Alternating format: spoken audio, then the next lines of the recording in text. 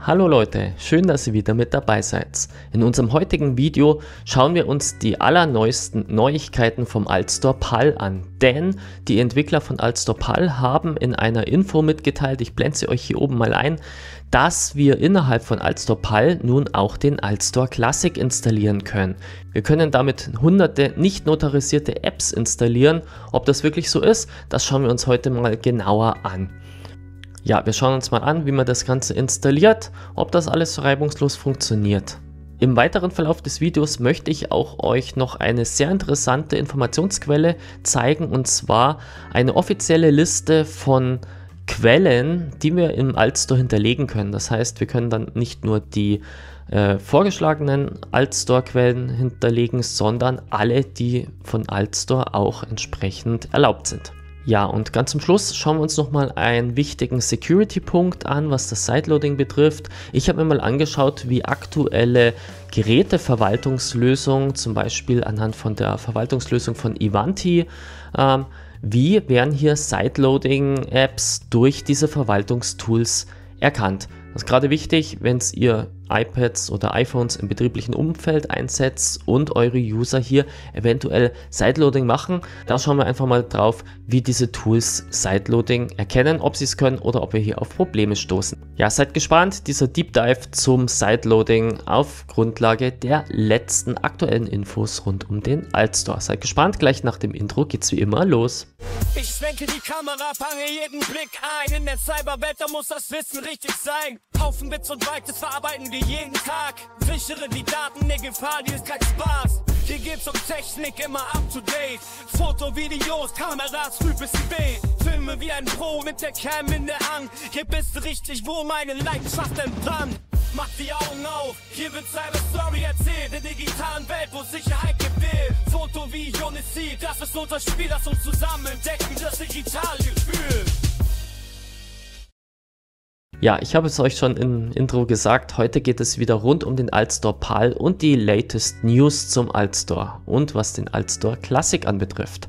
Ich habe dazu bereits mal mein iPhone hier vorbereitet und wir schauen uns das Ganze mal an, wie das Ganze ausschaut. Ich habe hier oben den normalen Altstore PAL bereits installiert, und wenn wir den Altstore PAL hier öffnen, dann sehen wir hier auch schon, dass hier oben diese Werbung ist, dass der Altstore Classic nun auch im Altstore PAL drin ist. Ich selber habe ihn schon installiert. Wenn ich hier unten auf die Apps gehe, seht ihr, hier ist der Altstore Classic schon drin.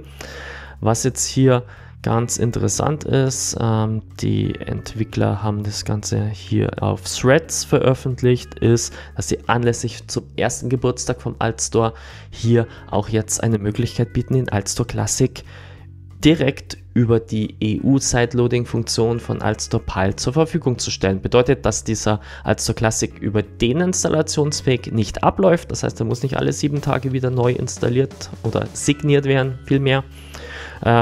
Und ob das dann aber wirklich so einfach ist, das schauen wir uns an. Wichtig ist hier, diese Info, die wir hier sehen, ist verglichen zum normalen Altstore Classic, den ich mir über Altsurfer installiere, den ich alle 7 Tage refreshen muss, ist hier nach deren Angaben, er läuft niemals ab. Er zählt nicht zum App-Limit von 3 Apps, die ich per normalen Sideloading installieren kann, und wir brauchen keinen Altsurfer. Ob das Ganze so ist, schauen wir uns, wie gesagt, jetzt mal an.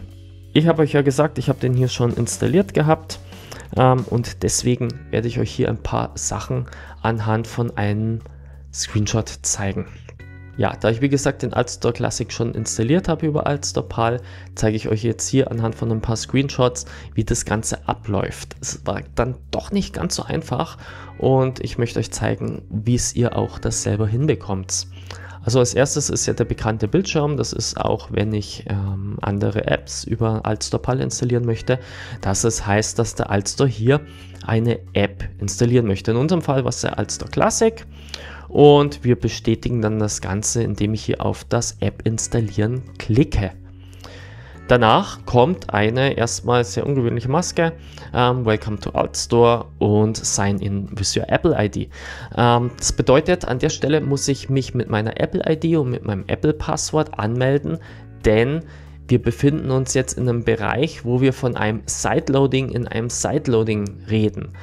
An der Stelle ist es leider so, dass es sich hier entgegen das, was man sich vielleicht am Anfang vorstellt, dass man sagt, man hat jetzt hier den Altstore PAL notarisiert, sauber von Apple freigegeben und ich kann jetzt innerhalb von dem Altstore PAL alles machen. Es ist nicht so.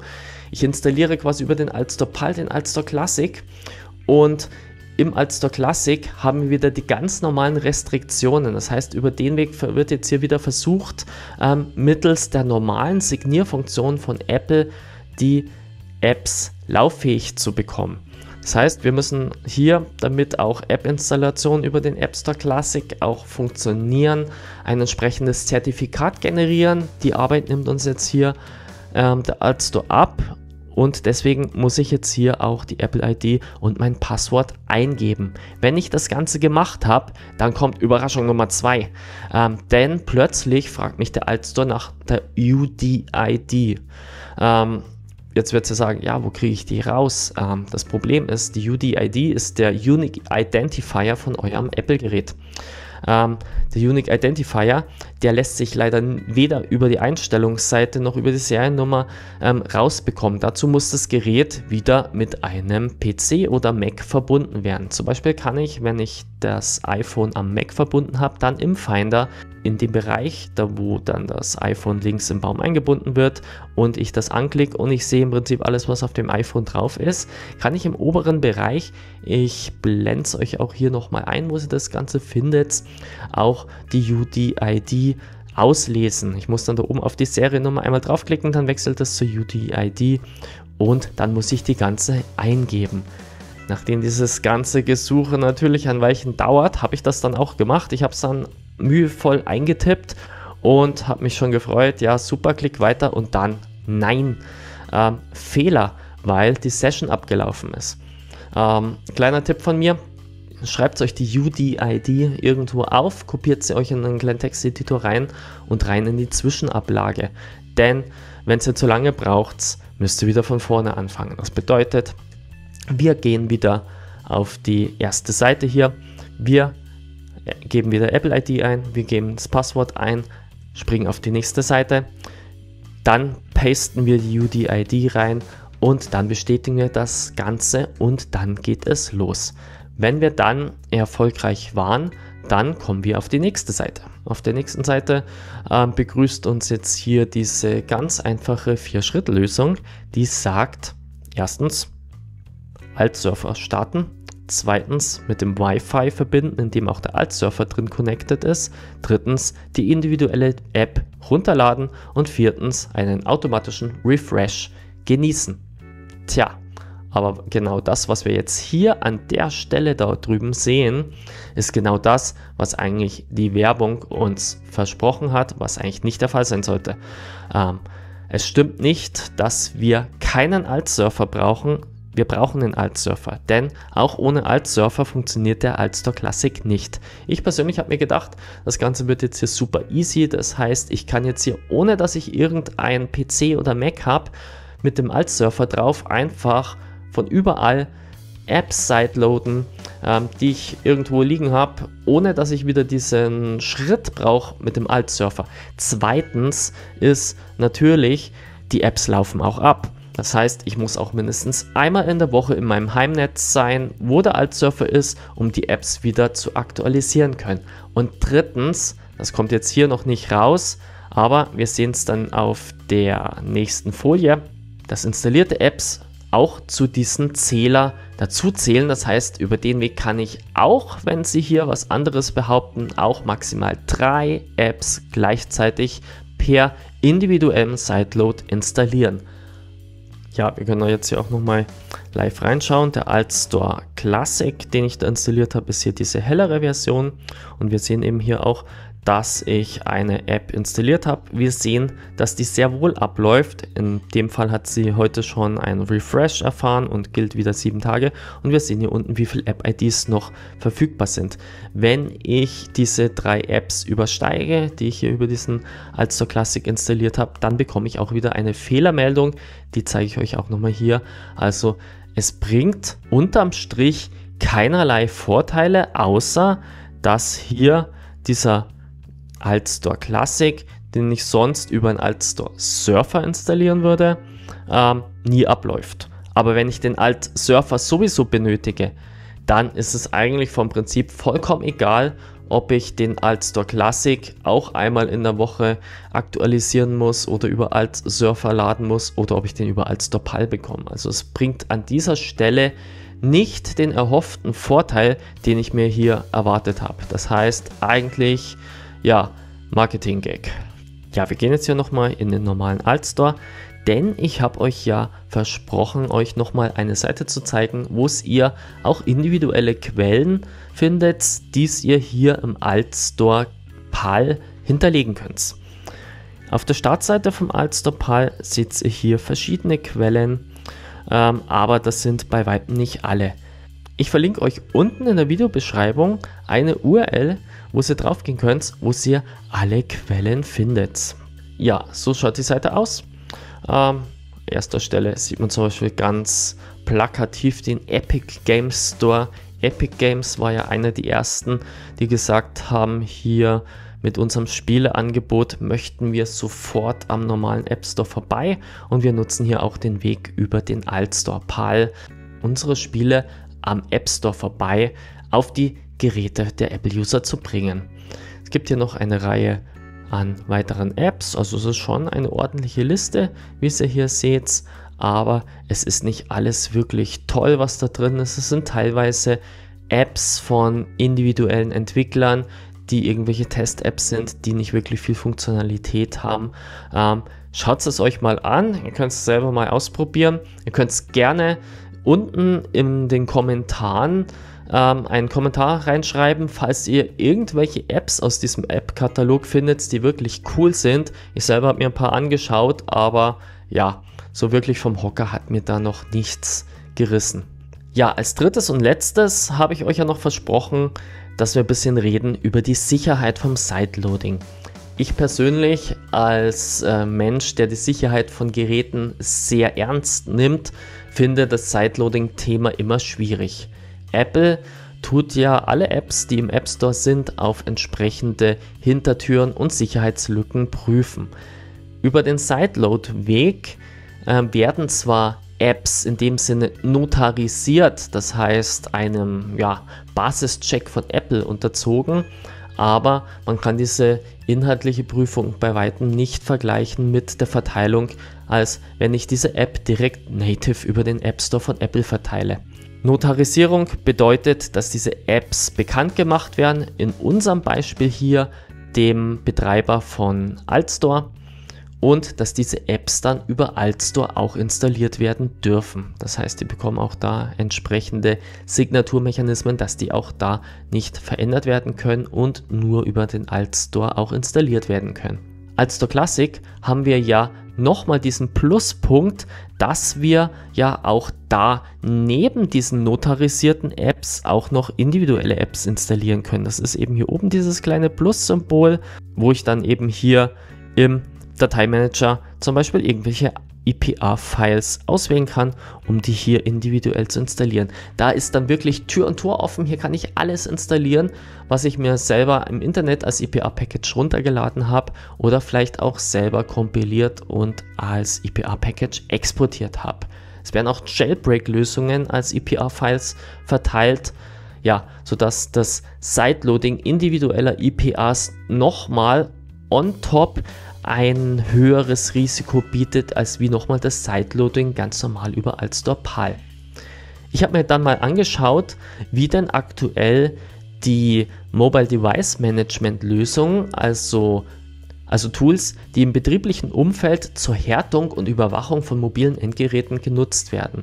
Und wenn wir uns das Ganze mal anschauen, ja, ich habe euch hier mal einen Screenshot mitgebracht, da sehen wir, dass zum Beispiel die MDM-Lösung von Ivanti momentan absolut keine Chance hat zu erkennen, ob die App tatsächlich aus dem App Store kommt, ob die App per Altstore PAL oder per individuellem Sideload installiert worden ist.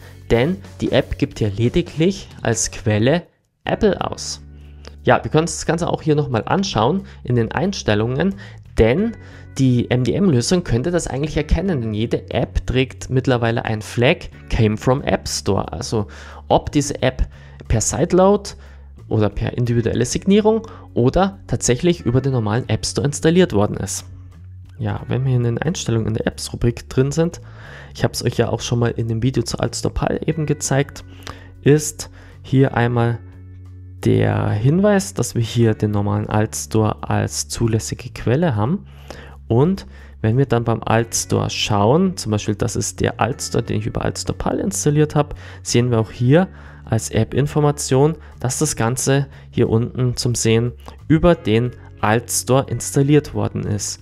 Wenn ich dann aber den zweiten Altstore hernehme, welchen ich quasi als Altstore im Altstore, sprich unser Altstore Classic installiert habe, das ist der hier mit dem hellen Punkt, ich gehe da mal drauf, dann sehen wir, dass hier das Ganze sich etwas verändert. Wir sehen, dass das Ganze über ein Altstore gekommen ist und dass wir hier aber ein eigenes App-Entwicklungsteam haben. Dieses App-Entwicklungsteam Test-Tut-Tag. Das App-Entwicklungsteam, was wir hier haben, wird dafür verwendet, um mit den Anmeldedaten, ihr könnt euch noch erinnern, ganz am Anfang im Video habe ich mich mit Apple ID und Passwort angemeldet, dazu geführt hat, dass wir hier dann individuelle Apps signieren können. Und wenn wir uns dann tatsächlich mal eine App anschauen, die ich per Sideload installiert habe, schauen hier nochmal rein, ich habe diese Damn Vulnerable iOS App, die Devia Version 2 installiert. Wir schauen auch nochmal da zurück in den App-Katalog und wir springen da mal unter D. Da unten haben wir sie schon.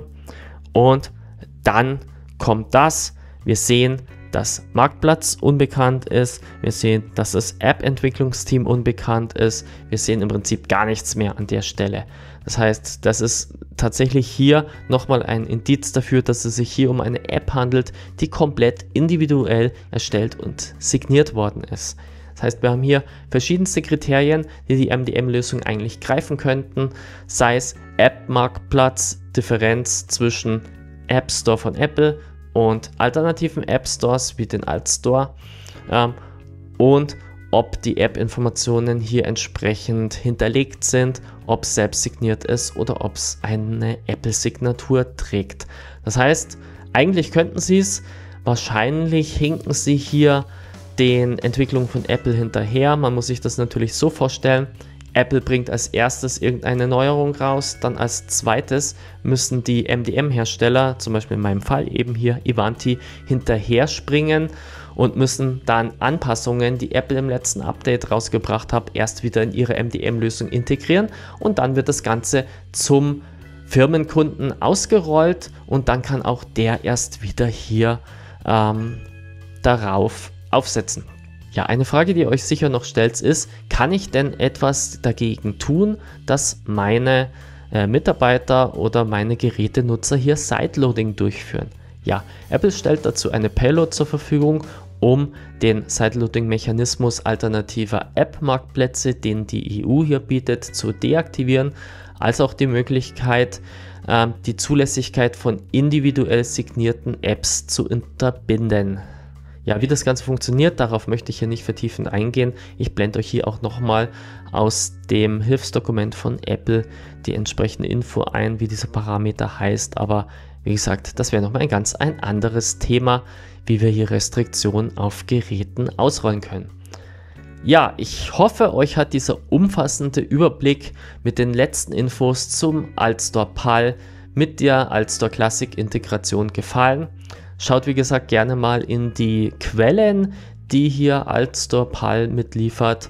Vielleicht ist wie gesagt für euch was Interessantes dabei. Wie gesagt, gerne unten in die Kommentare eure Meinung dazu oder euer Tipp, was sich hier mal lohnt, was ihr euch anschauen könnt. Ja, wenn euch das Video gefallen hat, würde ich mich natürlich freuen, wenn ihr einen Daumen nach oben da lasst, den Kanal abonniert und Glocke drücken nicht vergessen, dann werdet ihr auch wieder informiert, wenn es neue Videos hier rund um die IT-Security von meiner Seite gibt. Es freut mich, wenn es euch gefallen hat und ich freue mich auch, wenn ihr beim nächsten Video mit dabei seid. In diesem Sinne, macht es gut, euer Raik, ciao!